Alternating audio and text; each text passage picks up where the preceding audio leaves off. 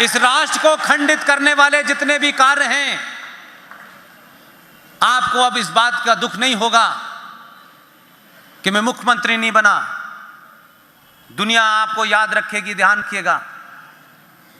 लेकिन जिस दिन भी इस राष्ट्र की असीमता के ऊपर, मान सम्मान के ऊपर चोट करने वाली चीजों को अगर आपने समाप्त नहीं किया, लोग आपको याद नहीं रखेंगे।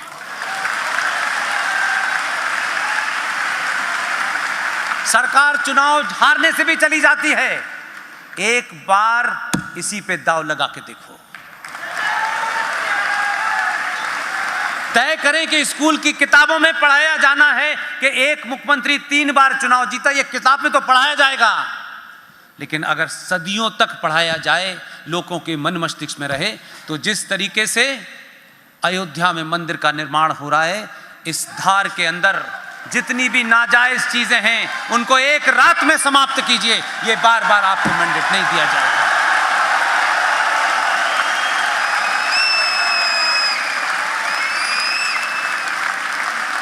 अपने लोगों को डराइए, धमकाइए, गिराइए मत। पहले आप कर लें, पहले आप खुद तो कर लें। आप खुद तो करते नहीं, दूसरों से करने की बात करें। एक बार आप करेंगे, सब करने लगेंगे। आप आए ना, क्या हुआ कभी ऐसा? मैं नहीं जानता कि क्या इतनी बड़ी तादाद में इतने प्रबुद्ध लोग मुझ जैसे आदमी को सुनने आए। न कोई पोस्टर है, न किसी से मिन्नतें की गई, नहीं तो चीफ गेस्ट बुलाने के लिए 4 बार कहना पड़ता है। ये मुझे नहीं सुनने आए आप, ये पुष्पेंद्र नाम की किसी शख्सियत को सुनने नहीं आया। आपको लग रहा है कोई कुछ कह रहा है, आपको उसका मरहम मिल रहा है, आपको उसका रास्ता नजर आ रहा है। सच को सच कहने की हिम्मत रखिए।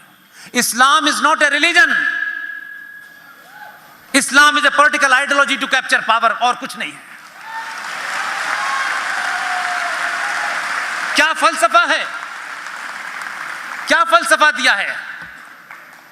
यहां काफिरों को मारोगे, जो सूरा नंबर 9 आयत नंबर 5 में लिखा है, काफिर का कत्ल वाजिब है।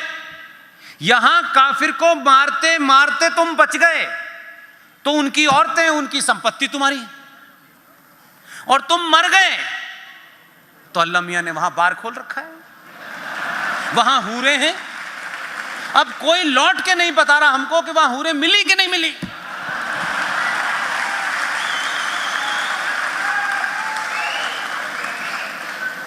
और बहुत दिनों से इसका तोड़ चल रहा है। आतंकवाद का धर्म नहीं होता, मजहब नहीं होता, कंफ्यूजन है। आतंकवाद का सिर्फ मजहब होता है। और भारत सरकार को और समाज को मैं तो मशवरे दे सकता हूं, अच्छा लगे माने, अच्छा लगे न माने। आतंकवाद को अगर समाप्त करना है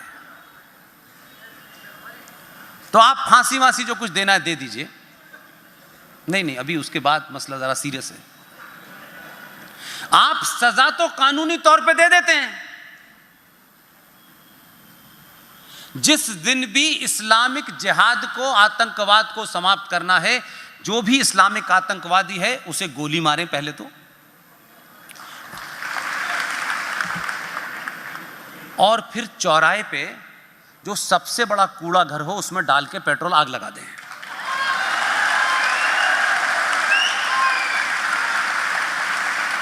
आप लोग भी जल्दी में हैं, आप पूरी बात सुनने नहीं चाहते हैं। इसलिए मैंने नहीं कहा, इसलिए मैंने कहा कि कूड़े घर में पेट्रोल डाल के आग लगा देने से वो ना ऊपर जाएगा, और जिस लिए जाएगा वो सब जल चुका है, तो ना हूरें मिलेंगी, ना हूरें बनने का शौक होगा, ना आतंकवाद के माध्यम से कोई आतंकवादी बनेगा। वो जिनको इंस्पायरेशन है कि हमें जन्नत में हूरें मिलेंगी, वो कहेंगे भाई साहब इस हाल के बाद हमें वहां जाके क्या करना है, कुछ है तो नहीं। और जिनको समझ आ जाएगा कि हूरें यहीं पर हैं, वहां नहीं हैं, और अब अल्लाह ने हमारी रूह बुला ली, बाकी तो सब जल गया, तो इससे आतंकवाद जल्दी खत्म होगा। आप सब लोग जब यहां से जाएं, मुझ पे विश्वास, मुझ पे कोई भरोसा, मेरी किसी बात से आप मुतासिर होते हो तो एक काम जरूर कीजिएगा। नहीं, अभी वो वक्त आई नहीं। अभी तो बटन दबाने से मरे जा रहे हैं, आप गोली मार रहे हैं।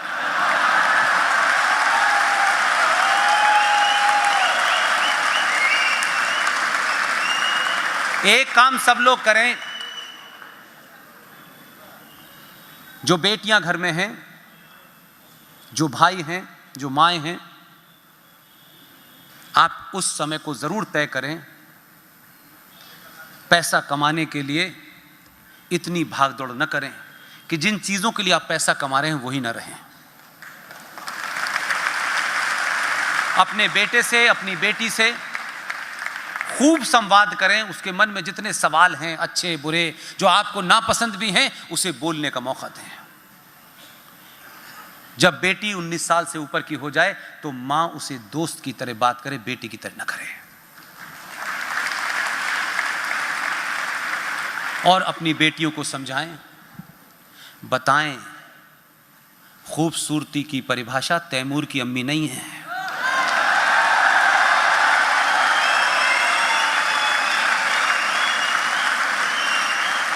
अगर खूबसूरती की परिभाषा देनी है तो देवसेना भी तो सबसे ज्यादा खूबसूरत थी। और मेरे ये भाई युवा लड़के जो हैं, जो कल से मेरे साथ कई सारे लोग मोटरसाइकिल पे घूम रहे हैं, आप एक काम जरूर करें, आप खूब तफरी करें, लेकिन ये ध्यान रखें कि शहर में अगर सबसे अच्छी कोई फिल्म लगी हुई है तो अपने घर में आपकी कोई बहन है, अपनी बहन से कहें कि मुझे ही तेरे साथ ये सिर्फ फिल्म देखनी है, किसी और के साथ देखनी नहीं है।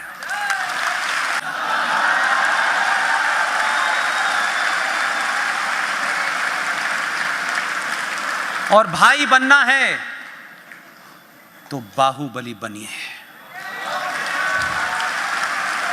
एक बार करके तो देखिए आप कहां से कहां पहुंच जाएंगे। जो जिहाद पूरी दुनिया में चल रहा है, जिस जिहाद के लिए कमाई का हिस्सा देना पड़ता है, जो इस्लाम के 5 फंडामेंटल्स हैं, उसमें एक आपको ज़कात भी है। हमारे यहाँ के कंसेप्ट में दशज का कंसेप्ट होता था कि आप अपनी कमाई में से 10वां हिस्सा निकालते थे, जिसमें से 6% अपने परिवार के किसी गरीब आदमी, किसी कमज़ोर आदमी पे खर्च करते थे, और 4 हिस्सा अपने रिश्तेदारों को देते थे कि कोई संकट में है। अपनी कमाई में से, अपने मन से जो भी 10 रुपए, 5 रुपए, 1 रुपया इकट्ठा करिए, और जो भी अच्छा काम कर रहा है, जहां जहां भी कर रहा है, बिना बताए, बिना बैज लगाए, बिना नारा लगाए, चुपचाप से उसको दे आइए।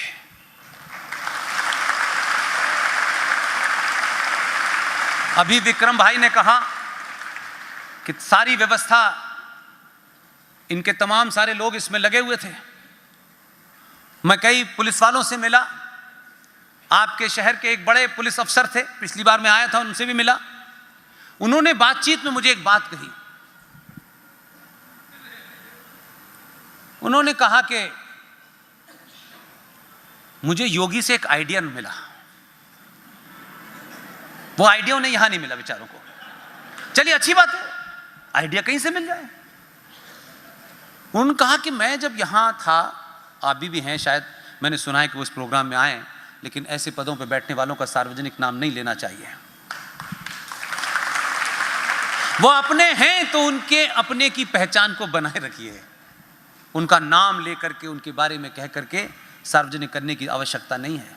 उन्होंने कहा कि जब मैंने ये देखा कि हमारे मध्य प्रदेश में बहुत सारे क्राइम हो रहे हैं, और क्राइम करने के बाद लोग पकड़े जाते हैं, लेकिन वो क्राइम नहीं रुकता है, वो उसकी जो ताकत होती है वो कम नहीं होती है, तब उन्होंने कहा कि मैंने उत्तर प्रदेश में, वो बनारस के रहने वाले हैं, तब उन्होंने कहा कि मैंने योगी सरकार से एक फॉर्मूला सीखा और मुझे लगा कि मैं यहाँ उसको अप्लाई करूँ।